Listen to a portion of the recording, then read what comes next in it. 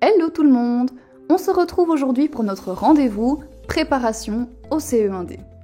Au menu du jour, c'est la tant redoutée expression orale. Allez, c'est parti! Au cours de cette vidéo, nous allons aborder 3 points. D'abord, quelques explications sur le déroulement de l'épreuve. Ensuite, les étapes par lesquelles tu dois passer afin de te préparer au mieux. Et enfin, quelques conseils qui pourraient encore t'être utiles.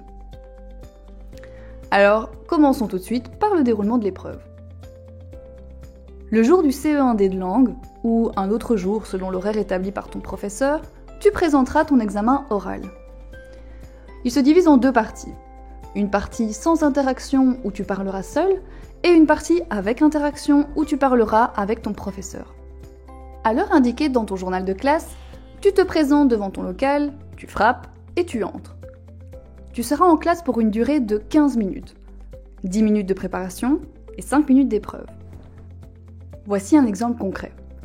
Si ton heure de passage est à 11h, tu te présentes à ce moment-là en classe, de 11h à 11h10, tu te prépares, et de 11h10 à 11h15, tu présentes ton oral.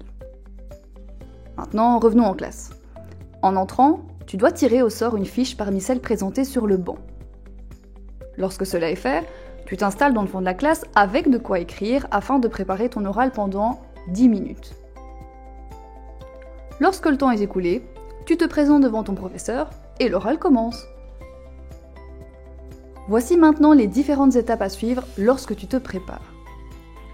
Étape 1. Lis attentivement le contexte et la tâche. Étape 2. Mets au fluo les éléments importants, c'est-à-dire le nombre d'informations demandées, les sujets abordés, etc. Étape 3. Souligne les éléments qui indiquent à quel temps tu dois conjuguer les verbes. Voici un exemple concret. Dans cette tâche, tu es parti en camp sport-langue pendant les vacances et il t'est demandé d'expliquer ce qui s'est bien passé et d'écrire une personne que tu as rencontrée. Grâce au temps employé dans la tâche et dans la situation, tu peux déduire que le temps à utiliser c'est le passé. Donc en anglais, ce sera le past simple et en néerlandais, un mélange d'OVT, VTT. Étape 4. Rédige tes mots-clés. Tu peux les rédiger dans la langue que tu veux, mais je te conseille vraiment de déjà les noter en anglais ou en néerlandais pour te faciliter la vie lorsque tu présentes ton oral. Étape 5. Lorsque tes mots-clés sont terminés, il est temps de t'entraîner et de répéter tes phrases au moins une fois dans ta tête.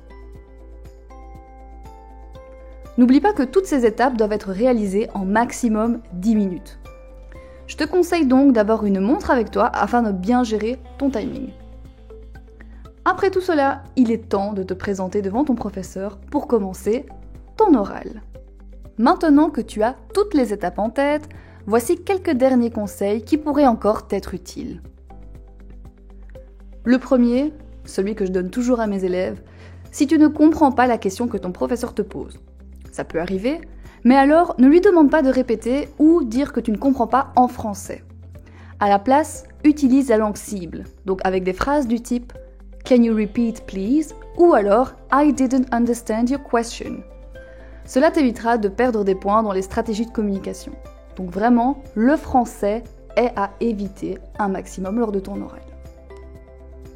Ensuite, si avec le stress, tu oublies un petit peu comment va se dérouler l'épreuve, à quelle heure tu dois entrer, ce que tu dois faire en entrant, etc., pas de panique. Toutes les consignes seront affichées sur la porte de ton local, donc il te suffira juste de les lire afin de bien les revoir et de les avoir en tête avant d'entrer. Et enfin, sache que tous les CE1D des années précédentes sont disponibles sur le site enseignement.be. Donc en plus de ceux déjà préparés en classe, n'hésite pas à y faire un tour pour t'entraîner un maximum. Voilà, j'espère que cette vidéo t'a aidé et que le déroulement de l'épreuve est beaucoup plus clair pour toi. Il ne te reste plus qu'à réviser. Bon courage!